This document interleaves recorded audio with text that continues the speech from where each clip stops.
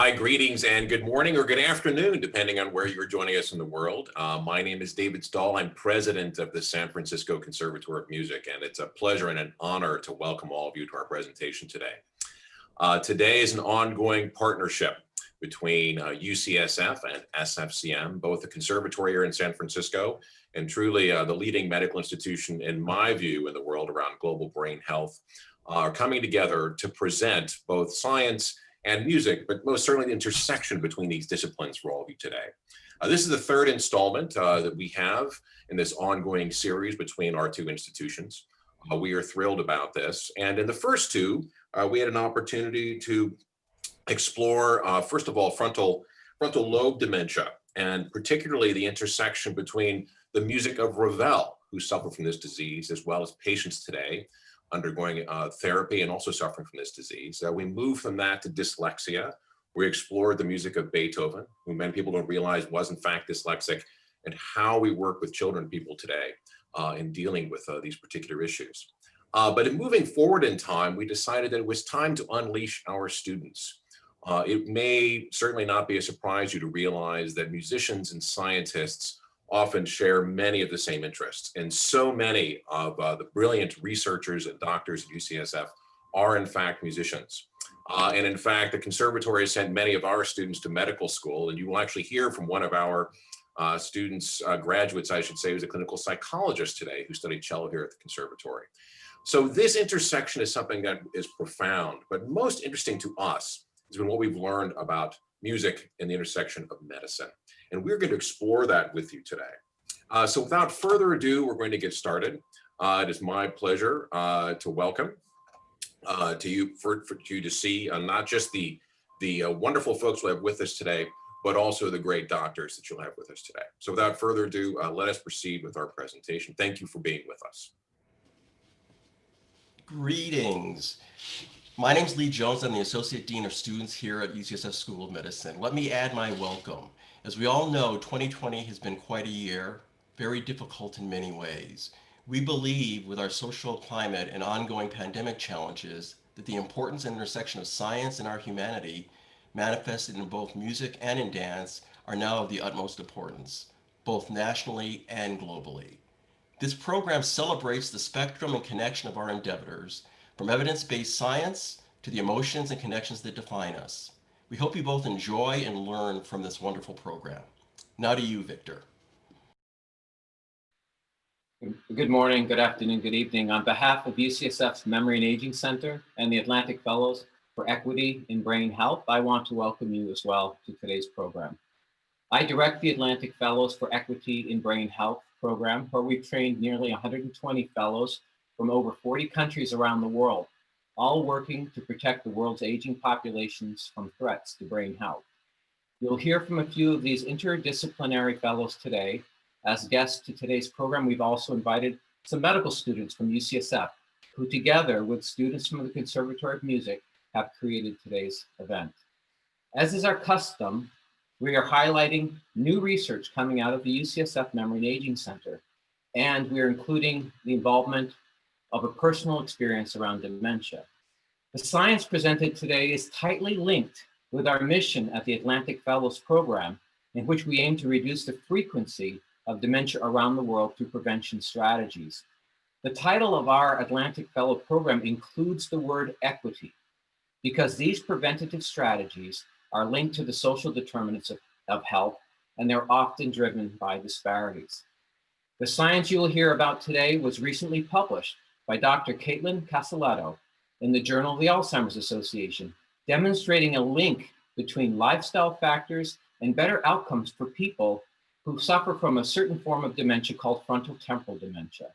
Dr. Casaletto is an early career faculty at the UCSF Memory and Aging Center and a rising star in the field of dementia prevention. Upon learning about this article, singer-songwriter Kimberly Cole reached out to Dr. Casaletto and shared her journey with frontotemporal dementia, a disease her father suffered from.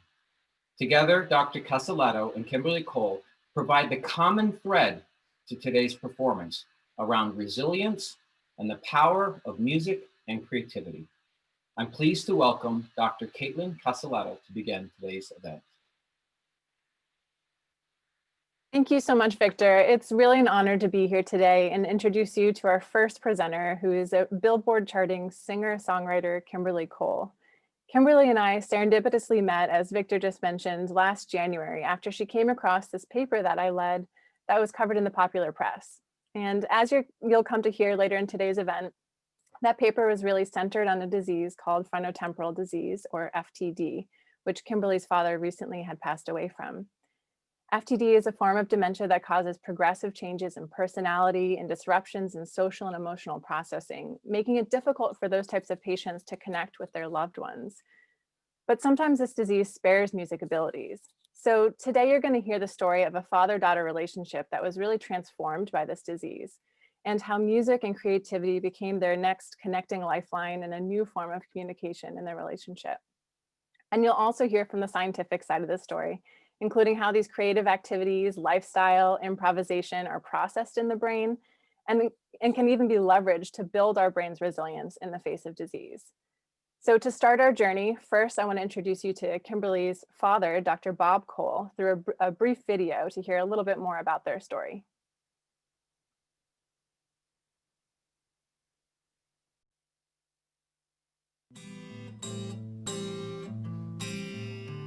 This is my dad. Music was everything to him.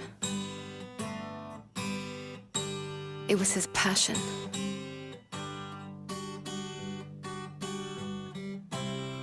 And when he was diagnosed with FTD, never would I have imagined that our bond would grow even stronger.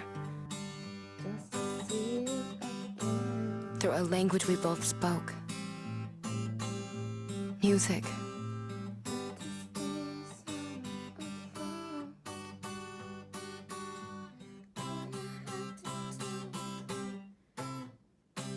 The resilient part of his brain held on to the sound of a song even tighter than before, tethering him to a world no longer recognizable.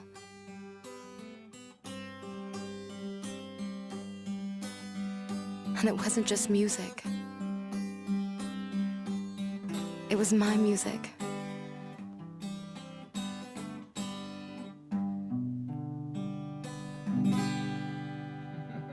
That's beautiful. My songs became his soundtrack, my melodies his medicine. We were bound by the chords, like a conduit to where our love lived. And he was happy. Hey, tell me if you like this.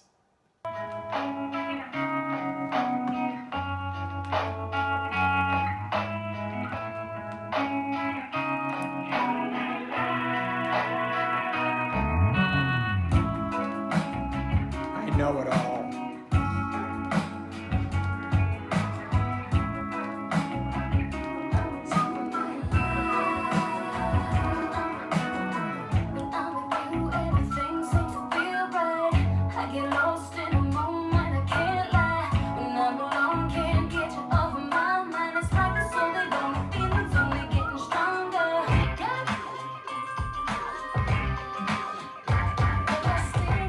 That's you.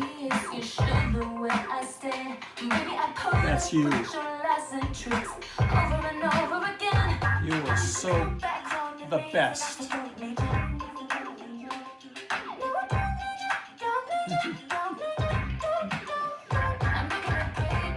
And we can listen to all these. I fell so hard for you, asking my knees. It is amazing. It's the best in the world. On you, 'cause I know, every day you're getting closer, the time is ticking slow, and I know,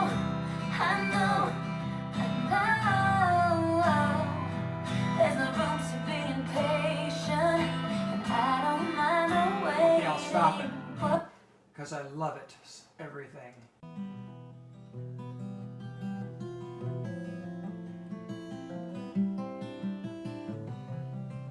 My dad was more than this disease.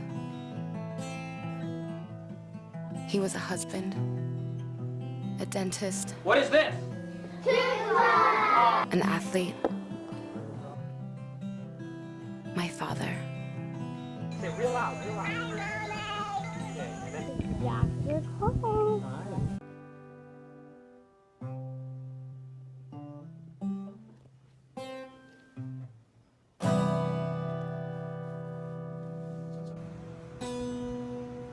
He's tuning it.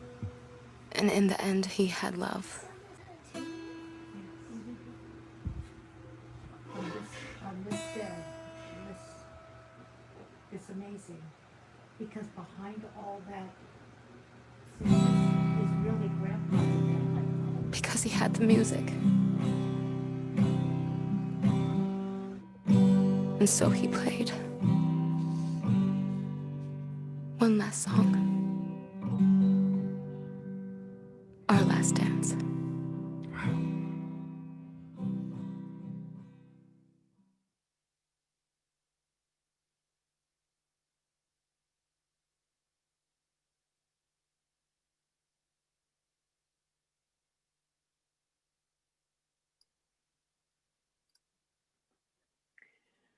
Wow. At first, I just want to take a moment to thank you, Kimberly, for sharing that incredibly personal but incredible story with us. You know, it really never ceases to amaze me how deeply ingrained music is in our brains and how highly powerful it can be in healing us in these difficult moments. So in this next segment, I really have the pleasure to present alongside Dr. Nus Falgas. Dr. Falgas is a neurologist and an Atlantic Fellow for Equity and Brain Health at the UCSF Memory and Aging Center. She's developing a program of research examining the role of sleep in brain health and dementia. She utilizes some of the most cutting-edge technologies to monitor sleep in life of older adults, and then follows these older adults up until autopsy. So she's able to link sleep to some of the molecules and structures in the brain tissue itself. Through this work, it's giving us a rich understanding of how, when we're seemingly unconscious, sleep is incredibly an active participator in shaping our brain.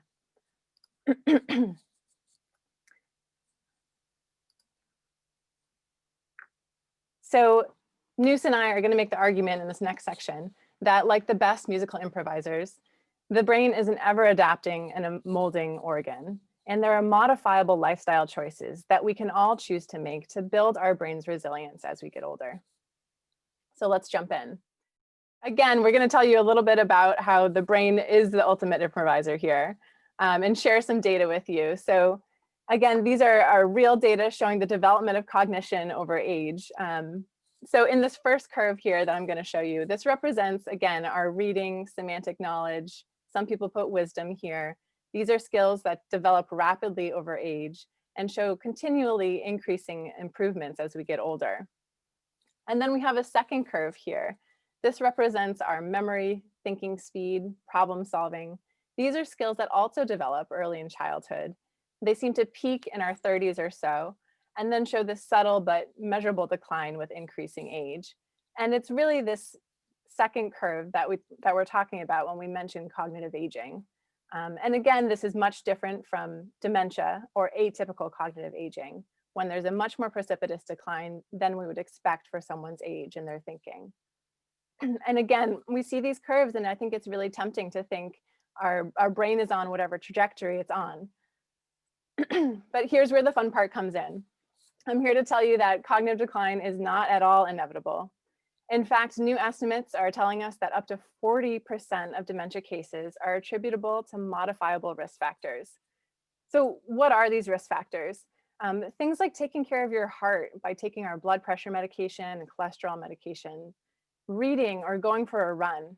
Nus will tell us later again today about how sleep is incredibly important in shaping this trajectory.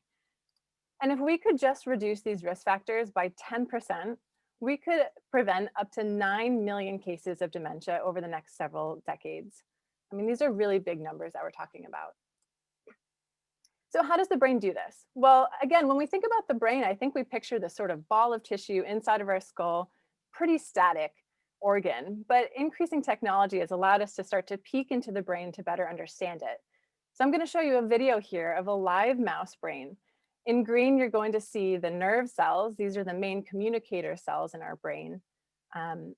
And and purple is the nerve cell, and in green will be the glial cell, which is the helper cell in our brain that helps surround and protect our nerve cell. And as you'll see in this video here, these cells are moving in and out of focus. They're expanding and contracting. They're touching one another. And this video is not taken over weeks or days, but actually just a 2-hour period. So this is what I want you to picture when you picture your brain right now.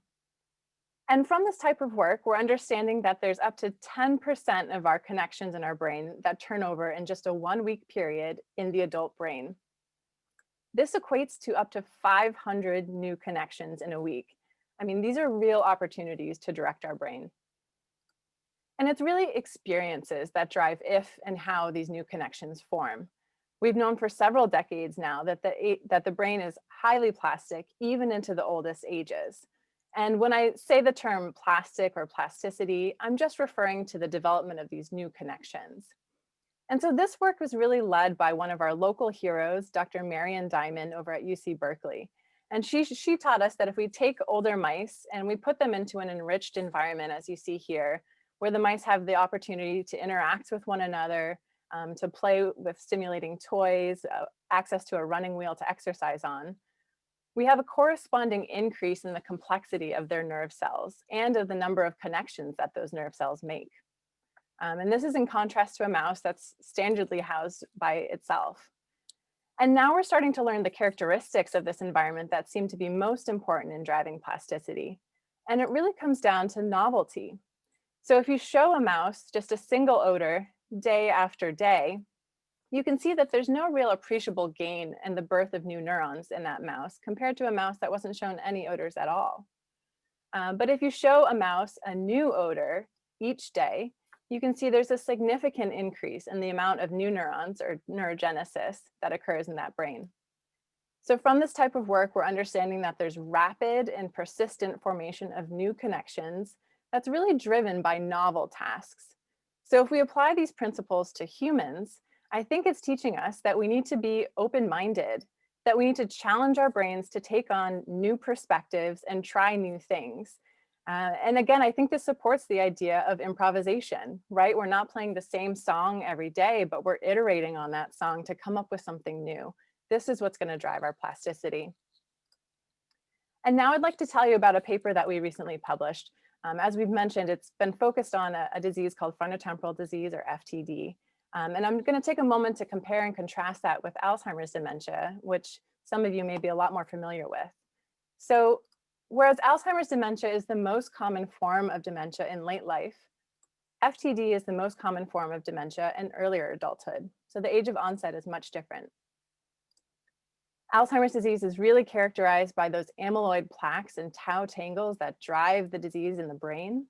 Whereas in FTD, the molecules are different. It's a different form of tau or a different protein altogether called TDP-43 that aggregate in the brain and cause the disease. And these proteins seem to attack the brain differently. So in Alzheimer's disease, it's actually the posterior regions of the brain that get hit the hardest. This is a map of tissue loss that occurs in Alzheimer's disease. Whereas in FTD, it's actually the frontal regions of the brain. And so not surprisingly, because different networks in the brain are hit, the symptoms look a lot different. In Alzheimer's disease, we have this memory predominant problem.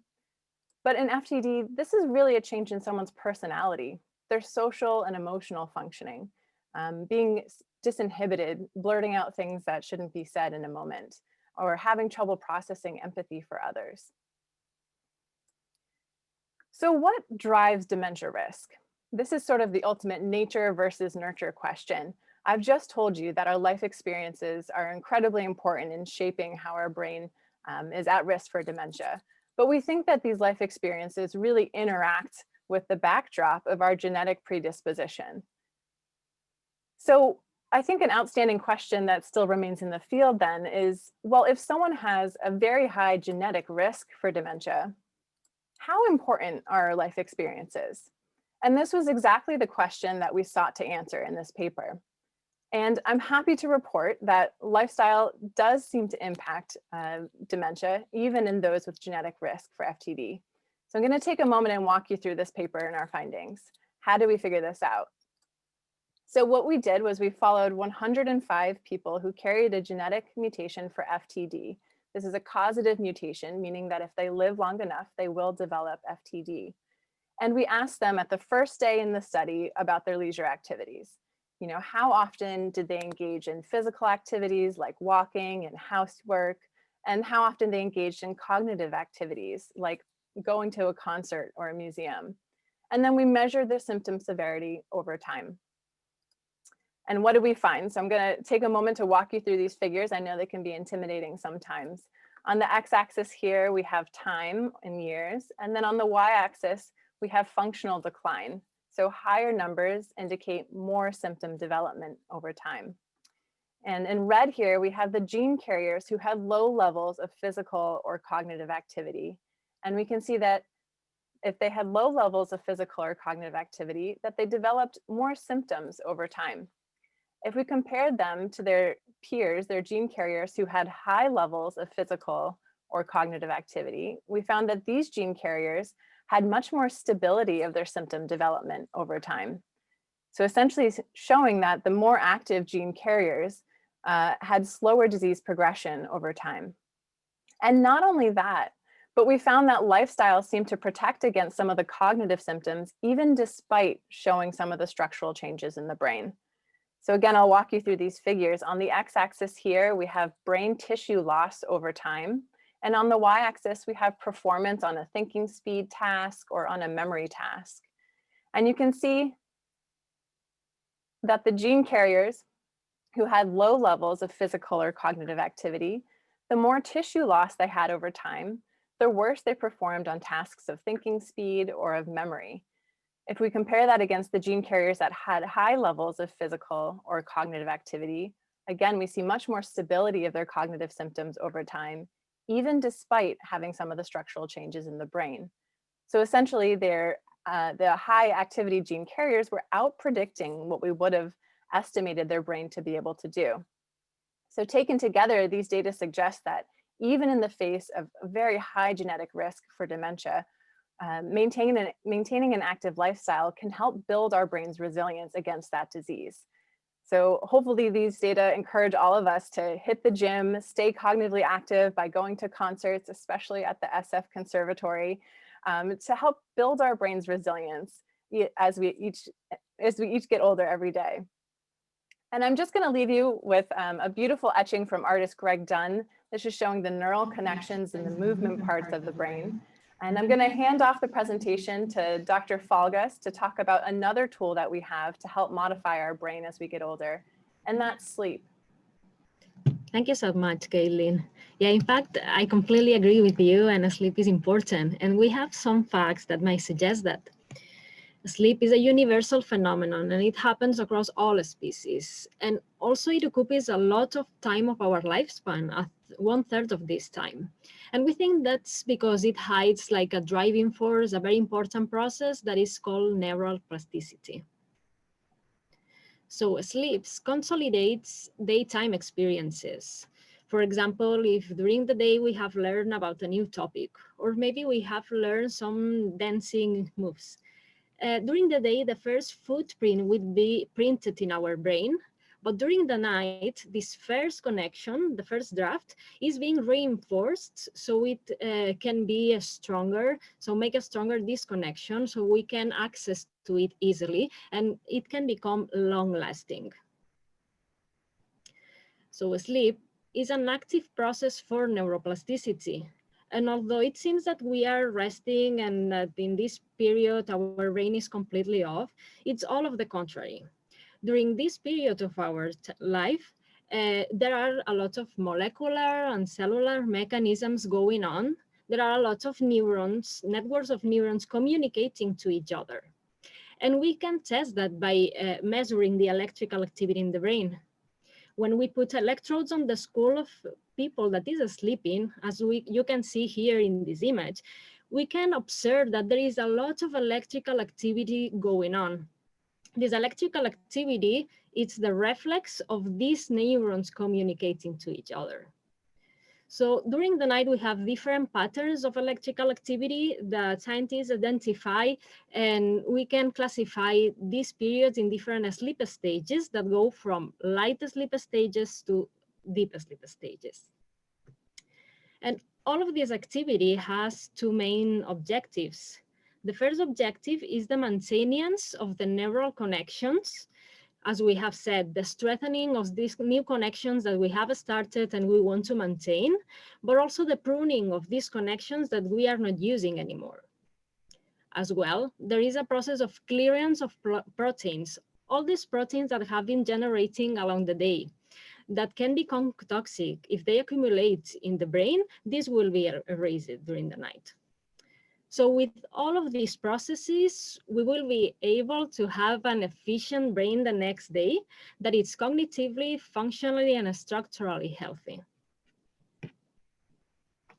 So the sleep's quality modulates different processes in the brain. Sleep quality impacts, for example, in cognition, especially in memory tasks and also executive tasks, that it means the organizational and planification skills.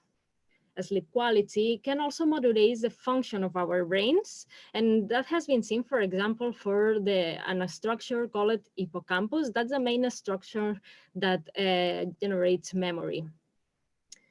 Furthermore, also the sleep quality can impact in the protein accumulation. So several studies have demonstrated that not sleeping well can produce accumulation of the proteins, different proteins, but the most widely studied has been amyloid. That's a hallmark for Alzheimer's disease. So based in a lot of prior literature, we can say that poor sleep quality may be a risk factor or a symptom for neurodegeneration. But on the other side of the coin, we can also say, and I think that's the take-home message for today, is that the good sleep quality can be an opportunity to boost our resilience. Thank you. Thank you, News. And how do we put all this information together? So again, we've been taught that the brain is the organ that creates all of our behaviors. But all of the data that we've shown you today also suggests that the behaviors that we choose to engage in may be equally important in developing our brains themselves. So if we think about the risk factors that we all face right now, whether it be aging or genetic risks, this pandemic or inequities, these data suggest that we have an incredible amount of agency in this process. We can effectively shape our brain's resilience by choosing the life experiences that we want to expose ourselves to each and every day. And of course, following a healthy lifestyle it's an individual choice somehow, and it requires for motivation and conviction and determination to do it. But we have to keep in mind that also the social context is very important. So there are social determinants that can determine our choices to be able to join this healthy lifestyle. Here there is a photo from Johnny Miller, an Atlantic Fellow, where it exemplifies very well the two different realities. You can imagine that the people living in the left side of the photo probably have a lot of choices and it's easy for them to have a healthy lifestyle than the people who is living in the right side of the photo. So that's the reason why we need larger scale programs and health policies that can improve the equal access of to these enriched environments everywhere. And this is exactly what Atlantic Fellows, Global Brain Health Institute, UCSF are doing. We are erasing inequities around the world to provide access to brain health to everybody. And I'm very, very honored to be part of this community. And with that said, just want to hope that you will continue engage in challenging your brain. I hope that you sleep well. And of course, thank you for listening. Thank you so much, News. And now again, it's my honor to hand you off to the next portion of our program today. So next you're going to hear from Kimberly and one of her long-term collaborators, Gilles Descornets, who's also a highly accomplished and sought-after producer and songwriter. They're going to tell us about the critically important role of the relationship in the creative process and how through their relationship, the song Last Dance came to be. Last Dance was also one of the songs that Kimberly's fathers latched onto in his disease. And it was the song that connected and healed all three of them through these difficult moments. So I hope you enjoy.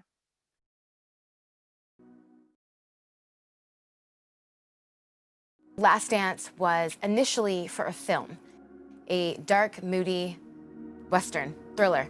Last Dance has a certain really hopeful sadness to it. It's a love song, but there's also a darkness to it. I felt so hard for you, I skinned my knees. I finally found a reason for the birds and the bees. I also think that that's what my dad was really drawn to. There is this feeling that is so intrinsically human, which is complex, contradicting emotions. Last Dance encapsulates all of that. Meeting Jeeve was definitely a turning point in my life. Kim's lyrics are very poetic usually, combined with a lot of double entendres, a lot of double meanings, a lot of little smart things. We complete each other in the creation process. He had the ability to translate and articulate my thoughts, my ideas, sonically, quickly. Also, the layers of this project are even more profound because Jeeve is actually the one who sent me the CNN article that Caitlin wrote about FTD. The next morning, after a long yoga class of taking deep breaths to tell myself, just call her, just do it. And I did, and she answered. The fact that my dad had this love throughout his life for music before he got sick, and then how elevated his passion for music became in dementia. He was present. He was grateful for really, really good moments. That felt pure. And it was music that allowed us to experience that together. The process that my family went through in FTD, it was extremely devastating. It was devastating to see my dad lose himself, his intellect, his essence, his being. But the fact that music, which was his core, stayed. He wanted to play music for you. He wanted people to hear music. That was his thing. He had my songs in I think it was a Discman or Walkman. He'd walk to the beach and he would make people listen to my songs. He would take his headphones off and say, listen to this. And people would want to get in a fight with him, but he didn't care. He wanted people to listen. It's so sweet. I reflect on the last moments of his life and the layers of Jeeve and I, how we met, how our connection, because we were so vulnerable with each other at the beginning, how that equated to a very trusting dual flow state that allowed us to really create a lot of work that in turn found its way to my dad, and that kept him afloat through some of his darkest moments. And to the very end, Jeeve handed him a guitar. And my dad woke up. And he was happy, even while transitioning to something else.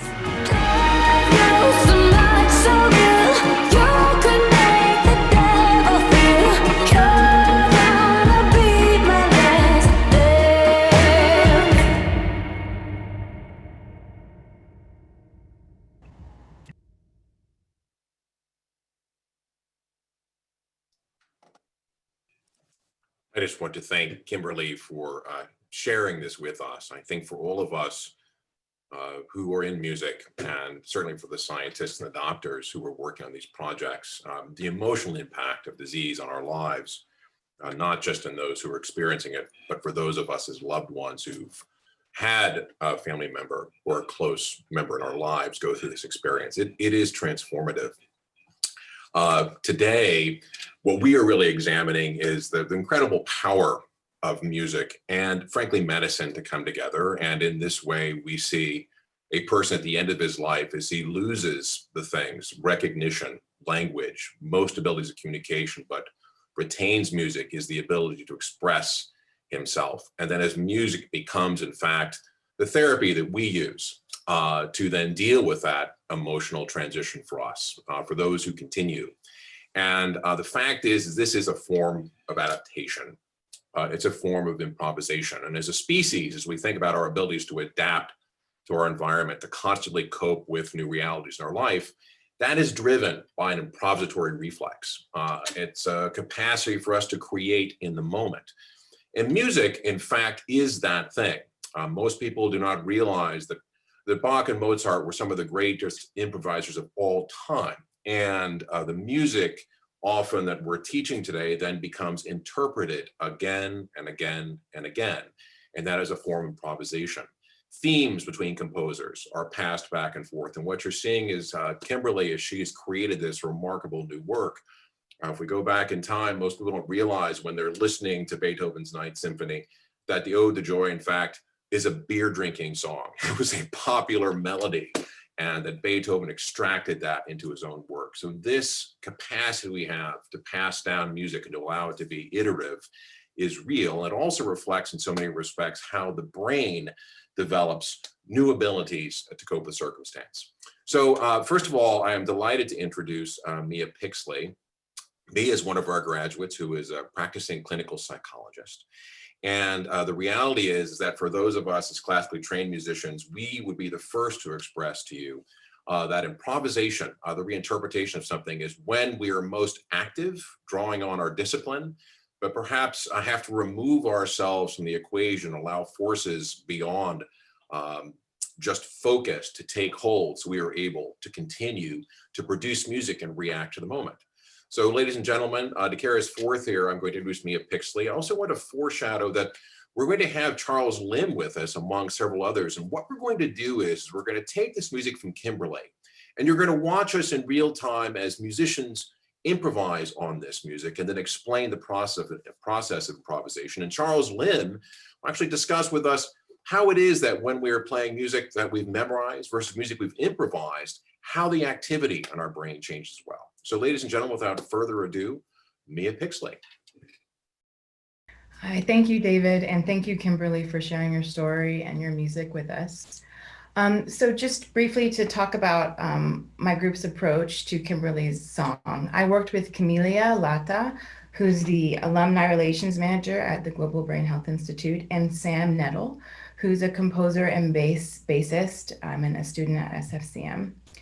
And we took what we call a Baroque and beyond approach to Kimberly's song, The Last Dance, which you just heard in the video. We chose Baroque because it was so different from the sound that Kimberly already had in her song, and also Baroque has a tradition of improvisation. And we say beyond because we also added our own flair and voice to our improvisation.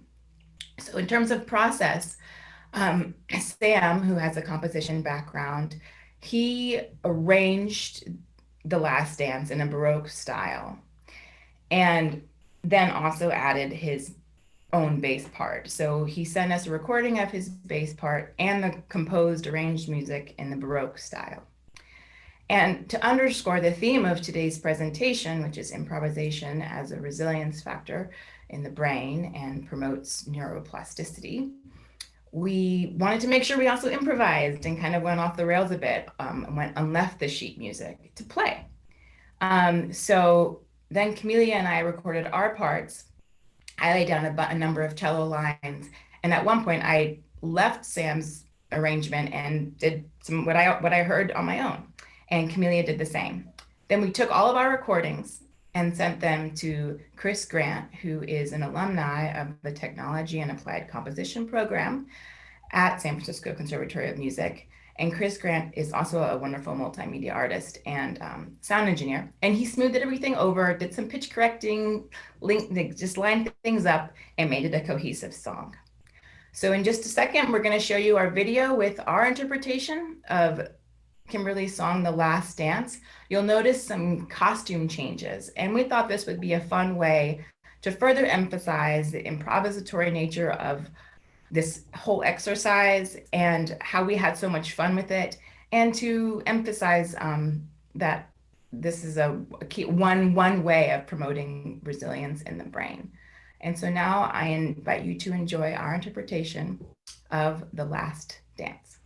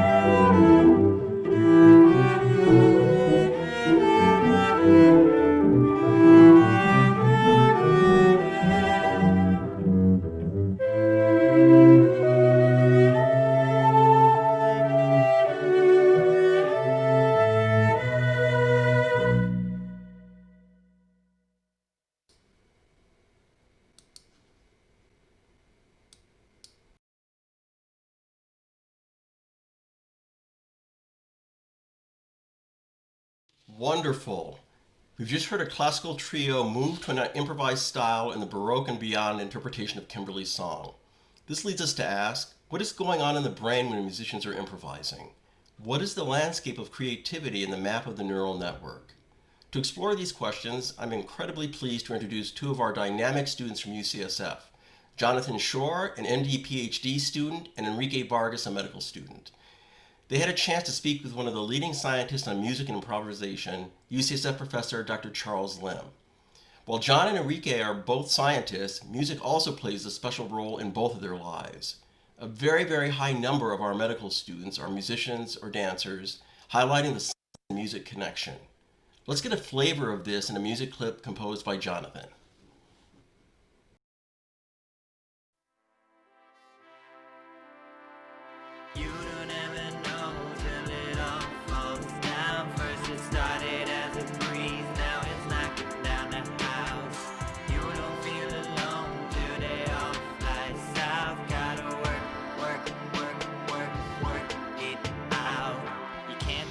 The November days, whole week I've got me tongue-tied.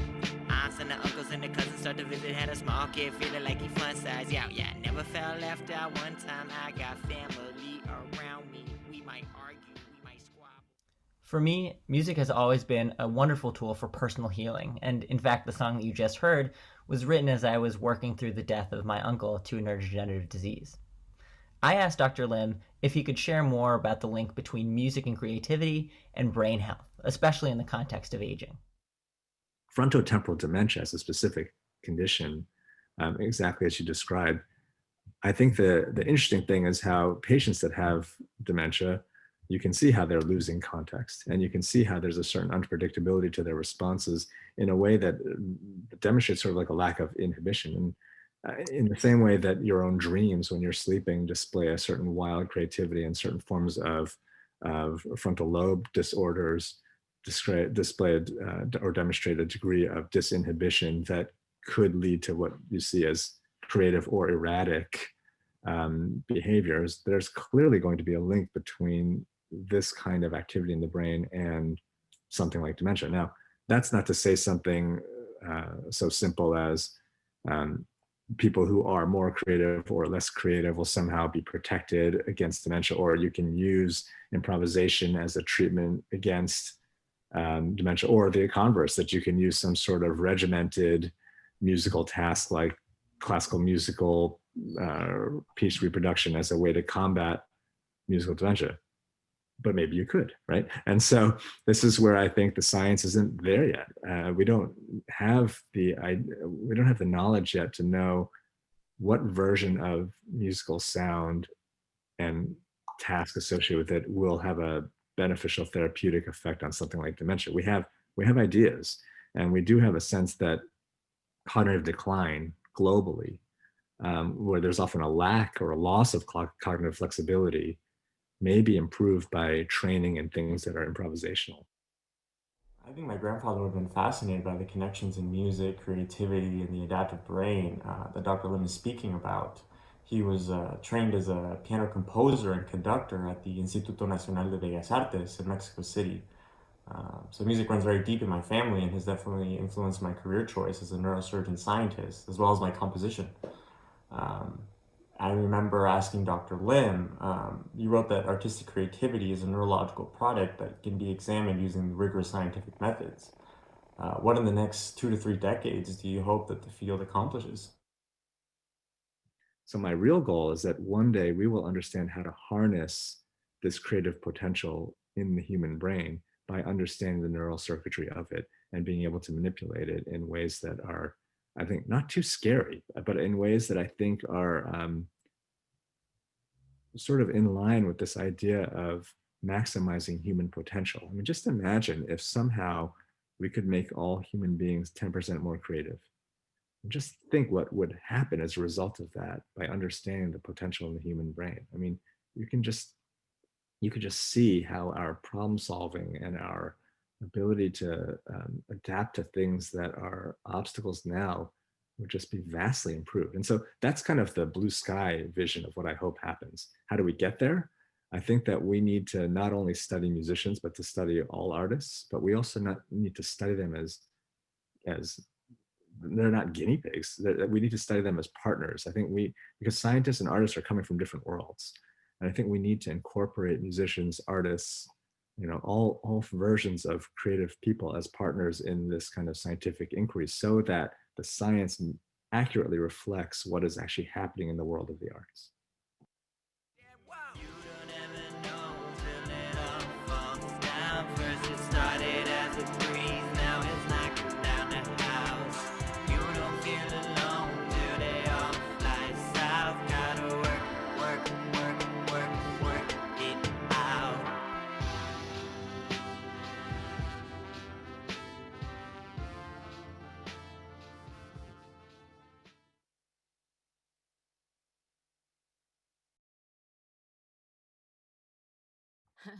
Hi guys, I am Kimberly Cole. Thank you so much for letting me share my dad's story with you. This has been quite the process, quite the healing process of feeling emotions of grief real time while creating. So you've heard versions of Last Dance, GBHI's version. I also had the opportunity to direct a visual piece with Magda. We were able to discuss what we both were going through. Magda had recently lost her grandmother. And we took the styles that you'll be hearing today and remixed them in an amalgamation produced by Jeev of the 3 different styles. And I wanted to really create an opportunity we know what Last Dance sounds like, but this is what Last Dance looks like through Magda. So we're on Zoom today. We actually shot a music video through Zoom, which was a very interesting process and reflective of our times. But the story that we're sharing is about grief and being in lockdown. That's what grief feels like. And we had the ability to have conversations about understanding what that felt like. So for 10 hours with Magda in New York and me in LA, on my kitchen table with my creative partner, Jacob, we directed a video, and we got to not only have Magda improv what it felt like, what it feels like to dance your way through emotions, dance your way through grief. We also had a lot of healing together. So I hope you enjoy this. And thank you so much, Magda.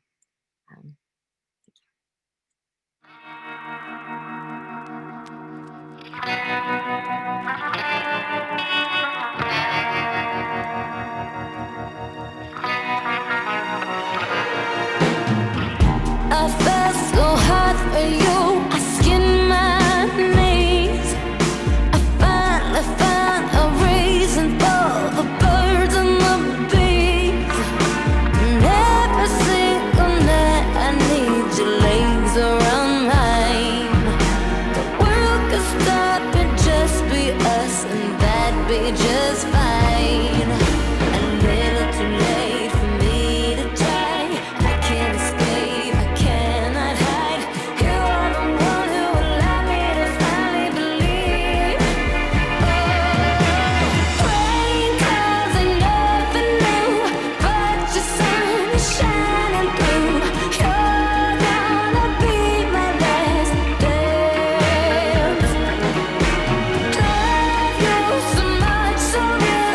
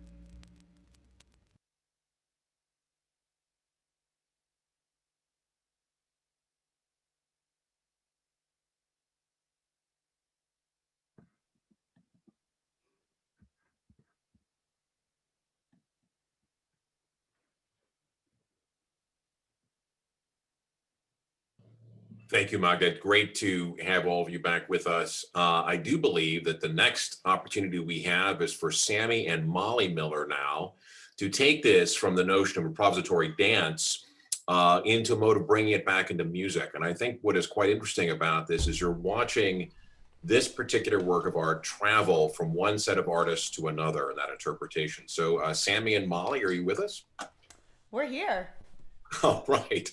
So ladies and gentlemen, we're going to come to Sammy and Molly now. We're going to give you their interpretation as jazz artists of The Last Dance. Thank you, David. And we're going to do a little talking, but let's start with the music right away.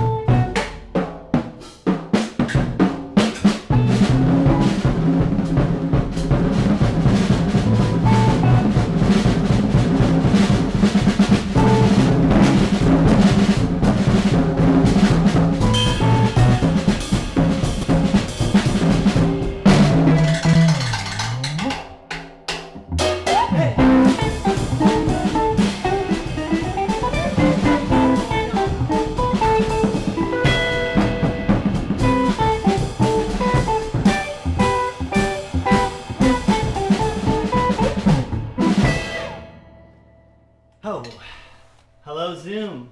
People from all over. This is my sister, Dr. Molly, and I am her brother, Sammy. And like David said, we're here to do this jazz interpretation. So we're going to do a couple little things in this segment. Here we have. Just shortness of breath. Haven't been performing very much. We're going to first sort of do a Spark Notes overview of jazz music, how it came to be. This is the most improvisatory music in American music.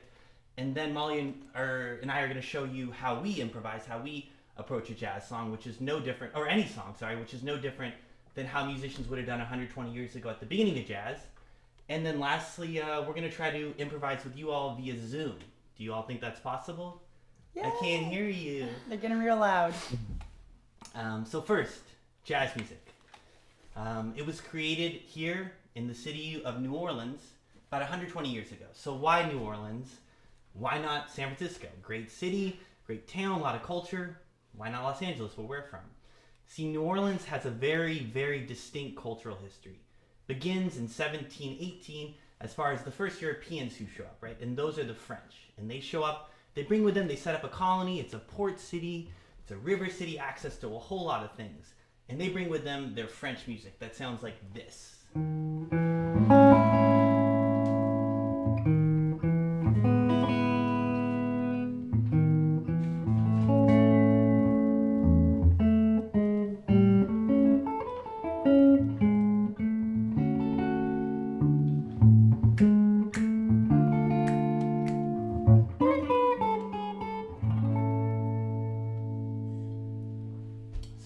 adventure there.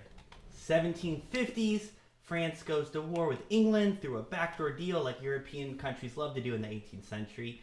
It becomes a Spanish colony. So all of a sudden you have this introduction of a new musical component, which is Jelly Roll Morton, this jazz pianist at the turn of the 20th century, would call it the Spanish tinge. It sounds more like this.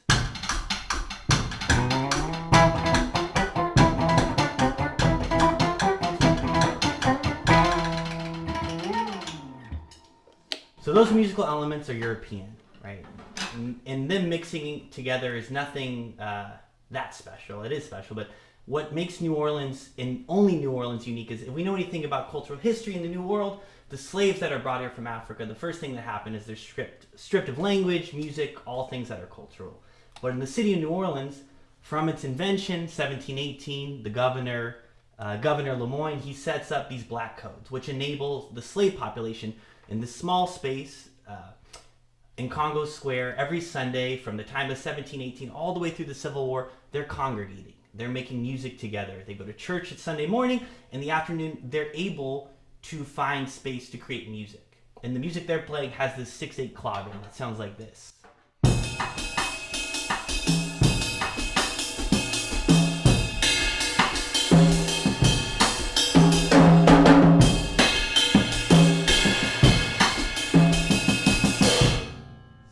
European element, and now we have in the city of New Orleans, and only in the city of New Orleans, you have African culture, and they're mixing and mashing for about 180 years.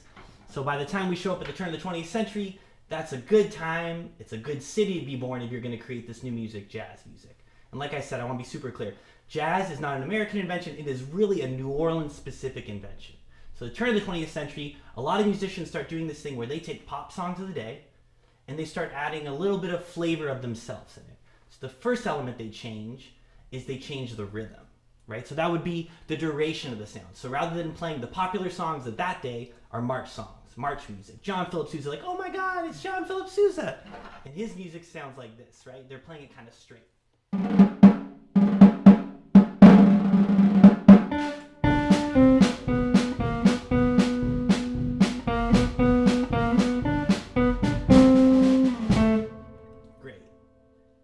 Jazz musicians start doing is they start changing the rhythm. So they might say rather than ba ba ba ba ba ba ba ba, they would say ba ba ba ba ba ba ba ba. And other musicians are like, dang, that's awesome. I want to do that too. So they change the rhythm. The next element we see musicians start changing is they go, well, we changed the rhythm. What about changing the melody, right? The organization of the pitches. Rather than ba ba ba ba ba ba ba ba, they say ba ba ba ba ba ba ba ba, adding their personality. The rhythm we change, the melody we change. The next element they're going to change is the harmony. Now that is the organization of the tones vertically. It's everything you're going to hear Molly playing under the melody. Sounds like this.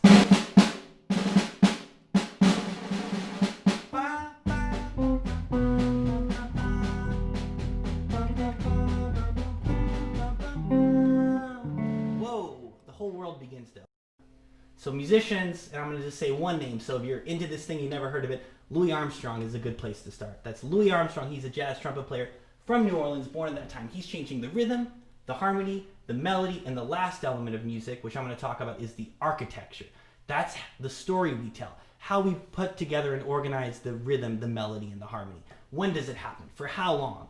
And so that would be from changing, say, a march beat to maybe a more jazzy beat. Maybe we cut out a section. Maybe we add a section. So Molly's going to talk to us about how we change those 4 elements in our last dance arrangement. Molly, are you there? I'm here. I'm right here. Oh. Okay, so those 4 elements. So what we did, we took Kimberly and Jeeves' version and made it our own, using those elements Sammy was just talking about: rhythm, melody, harmony, and architecture. So let's talk about the rhythm for starters. Kimberly's version was a 12/8 feel, sounded kind of like this.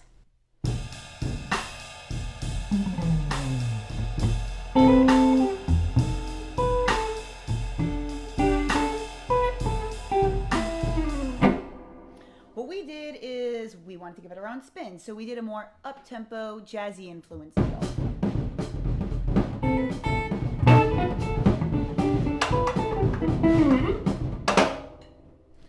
Melody.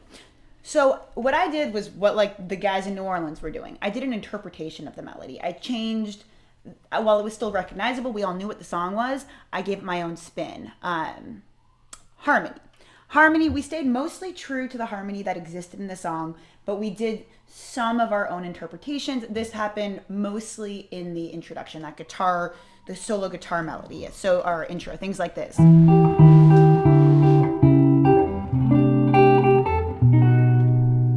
While Kimberly and Jeeve didn't put that in their song, we could add it while still staying true to the basic body of the piece. Architecture. So here's where we got to be really creative. So we stayed true to the song, but we wanted to reinvent it a bit so we could make it our own. You know, Kimberly and Jeeve, they did their version, and we can't do that version. We have a lot of reasons why we can't. There's no producer, there's no singer, there's no bassist. It's just two people in a room playing music live.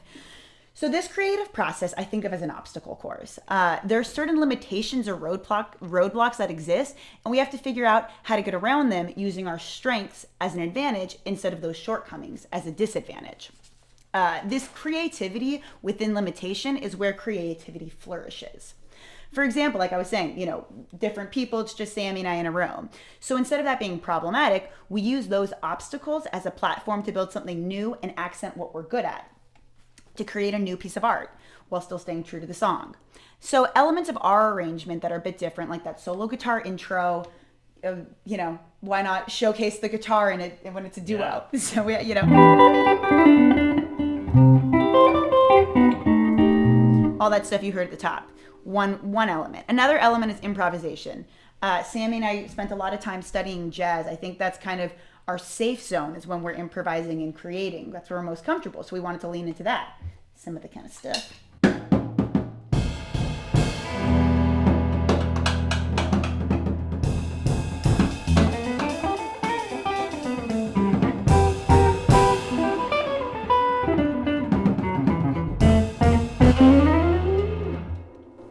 Another element is a key change. So this song is in E flat minor. It's a lovely key.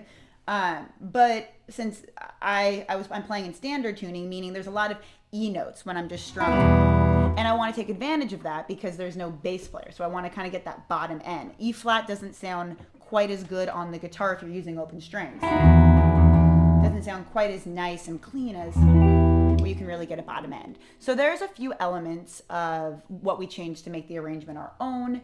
And as you can see, these obstacles no longer become an issue, but rather a means for us to create something original. Yes. So in the spirit of resilience, in the spirit of jazz, in the spirit of brain resilience, in the spirit of Zoom resilience, what we're going to do right now is create a brand new version of The Last Dance with all of you at home being part of the decision-making process.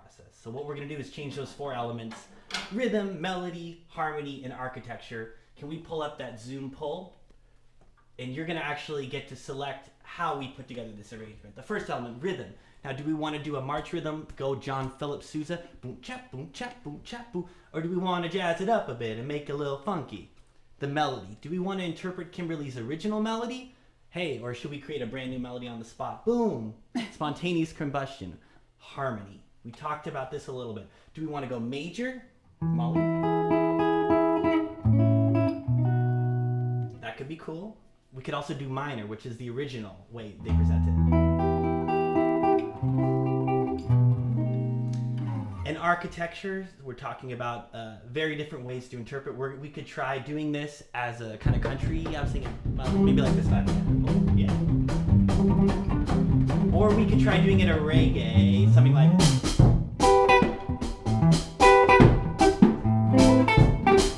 So you all go ahead and Zoom poll, and then we're gonna select what we do. What's it gonna be? Make us look good, please, please, please. What do you want to have happen? The people are polling. They're all excited. A lot of pressure on my sister Molly.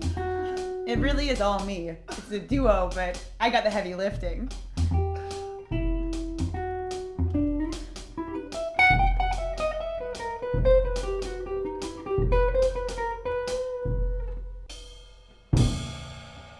Okay, do we have a pick here? All right, we just about do. I'm going to go ahead and give it 5 more seconds. Drum roll, please.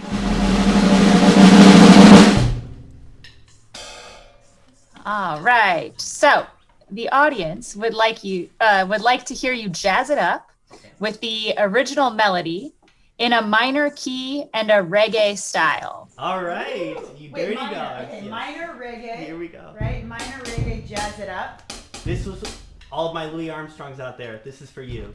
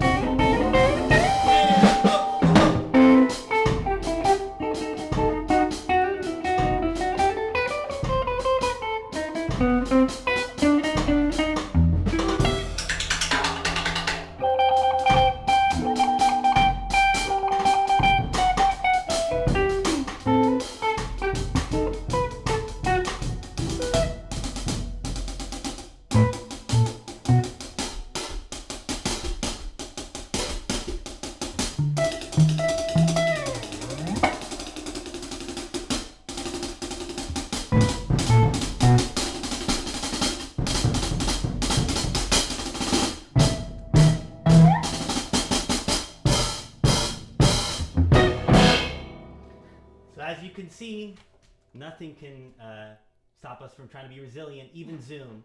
Thank you all for including us in this incredible program.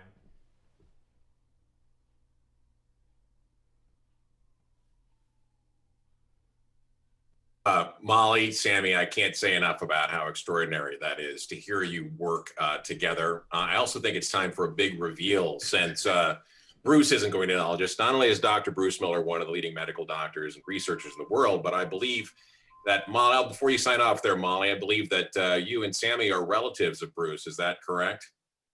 I'm going to say, let me say a few words, David. I just want to point out that genius runs deep in this family, everyone. That's all I have to say. And since Bruce won't say it, I'm going to say it as the president of the conservatory. But yes, Bruce. Thank you, David. And, you know, being intimidated every time I speak after David, there is certainly genius in that man as well. So let me say just a few ending words. First of all, I've been watching Sammy since he was really not even knee high, I think ankle high, played drums, and the same is true of Molly. And I'm not much of a fan of superhero movies, but I think what I learned today is that we've got a lot of superheroes among us. These people that increase the brain resilience and creativity 10% by their participation in music, in science, and we heard a bunch of them today. What an extraordinary group of presentations. Caitlin, who is an emerging superstar in neuroscience, said something off the cuff that I think is really profound, and I think it summarizes why we are in a very new space today. And she said, she challenged this idea, well, the brain is just on the trajectory that it's on. You know, this is why the neuroscientists of the 21st century are our new philosophers. And really, these are questions that were tackled by all of the great philosophers. But I think now we have the neuroscience to begin to answer them. And I think it's also a profound comment about social determinants of health and why we can never allow for one human being in our world to lose that creative potential because of their social circumstances. And that is the creativity, the science, that's what this relationship with the conservatory is all about. And it's also about the resilience of the human brain. And we're really in a new world. Caitlin challenged this idea that was dogma for 150 years in neuroscience, that we don't ever born new neurons. Indeed, we do. And we are constantly changing based on our courage and our willingness to tackle new experiences. And you have seen, these people together who are healing our brains through science and healing our brains through music. What an extraordinary demonstration of all of this today. So I am, just hugely grateful to be part of what we've seen today. And San Francisco is the center of this space. And thanks to David and Lee and Victor and UCSF and the conservatory. Wow, we can do such incredible things together. And I wanted, somebody asked the question, my last point. Well, how do I get involved in that creative, resilient part? Well, I'm not a good exercise. I'm a good exerciser, but I don't move well.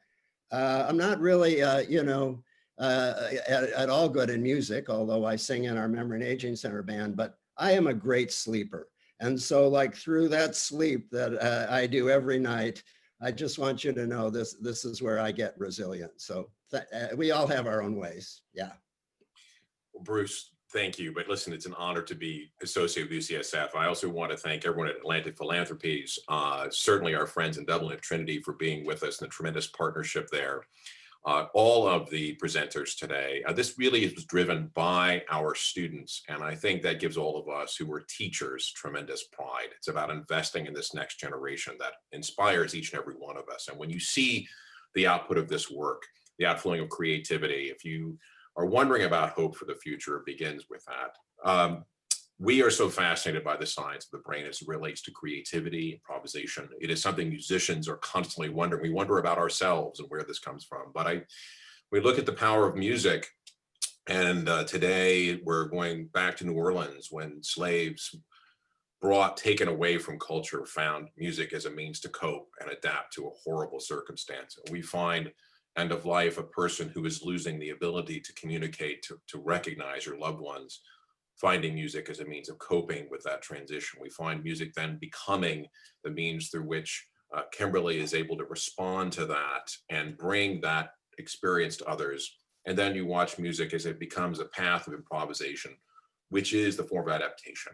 As we adapt to the opportunity to create in really beautiful and brilliant ways, to the ways we use it simply to cope with something extremely challenging, it's there. And this interaction is so critical for all of us. I do believe that creativity causes science to leap forward. As science leaps forward, creativity leaps forward. We need each other in this process, and UCSF has brought so much to all of our lives because of that in this particular partnership. My final thoughts are, beyond thank you, I am going to go on the record, as all of us must at this time. Music teaches us to listen. In fact, when we welcome our freshmen every year, I often will say, I'm going to tell you 3 things, the first of which, you believe you're here to teach you to play. That's not true. The first thing we're going to teach you is to listen, because you will never play or expand your work beyond that which you were prepared to hear. And I believe that is fundamentally true. And if we look at the nation today, as we've lost music programs in our public schools throughout the country, we've lost the ability to listen to one another. And I fundamentally believe that there are skills that teach us to empathize and to listen. And I think that is a critical thing that we must bring back to our culture. But right next to that, ladies and gentlemen, is the need for science. The challenges we face, we are going to escape and turn these challenges into opportunity through scientific inquiry. And I must say, please tell a friend, I know you're already believers in this, but the return to a commitment to science, a commitment to the arts, and that is a fundamental experience for every child in America, is something that all of us leading in higher education right now must be sure remain implicit in our communities. So thank you for joining us today. It's a pleasure to have all of you with us. We look forward to welcoming you to our next event, and to everyone, have a wonderful day and afternoon. Thank you very much.